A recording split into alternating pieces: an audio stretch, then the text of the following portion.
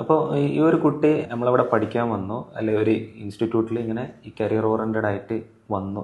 അവിടെ നിന്ന് അത് പഠിച്ച് ഇറങ്ങിയതിന് ശേഷം ആ കുട്ടിക്ക് ഒരു പെർട്ടിക്കുലർ ഒരു പോയിന്റിൽ എത്തുന്ന സമയത്ത് അവർക്കൊരു ധാരണ വേണ്ടേ, ഞാൻ ഇന്നൊരു പാർട്ടാണ് ഞാൻ കൂടുതൽ ഓപ്റ്റ് ചെയ്യേണ്ടത്.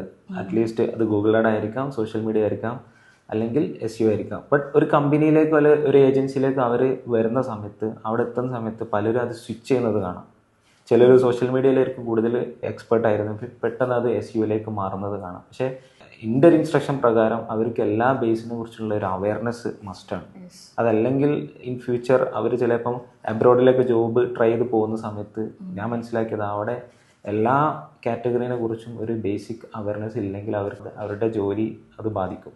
അത് ഇപ്പോൾ ഈ സ്വിച്ച് ചെയ്യാനുള്ള reason, one of the reasons അവർക്കത് അവർ പഠിക്കുന്ന ഇൻസ്റ്റിറ്റ്യൂട്ടിൽ ഇത് എക്സ്പ്ലോർ ചെയ്യാനുള്ളൊരു ഒരു സ്പേസ് കിട്ടാത്തതുകൊണ്ടായിരിക്കും. അത് ഇവരെ സ്പെഷ്യലൈസേഷൻ ചൂസ് ചെയ്യുന്നതിൻ്റെ മുന്നേ ഇവർക്ക് ഫേവറേറ്റ് ആയിട്ടുള്ള അല്ലെങ്കിൽ ഇവരുടെ കഴിവിനനുസരിച്ചുള്ള നീഷ് ഏതാണെന്ന് മനസ്സിലാക്കാനും അത് കണ്ടുപിടിക്കാനുള്ള ഒരു സ്പേസ് അവർക്ക് വേണം. ഇപ്പോൾ ഒരു മെൻറ്റർ ഇത് നീ എടുത്തോ അല്ലെങ്കിൽ നീ ഇത് സ്പെഷ്യലൈസ് ചെയ്തോ എന്ന് പറയുന്നതിൽ കൂടെ അവർക്ക് സ്വയം തോന്നണം എൻ്റെ ഇൻട്രസ്റ്റ് ഇതിലാണെന്നുള്ളത് മനസ്സിലാക്കാനുള്ള ഒരു സ്പേസും ഒരു എൻവയോൺമെൻറ്റ് ആ ഇൻസ്റ്റിറ്റ്യൂട്ടിൽ ഉണ്ടെങ്കിൽ ഡെഫിനറ്റ്ലി അവർക്ക് പിന്നീട് അതൊരു കരിയറിൽ സ്വിച്ച് ചെയ്യേണ്ട ആവശ്യം വരില്ല. അത് കറക്റ്റ് ചൂസ് ചെയ്യാൻ വേണ്ടിയിട്ട് പറ്റും.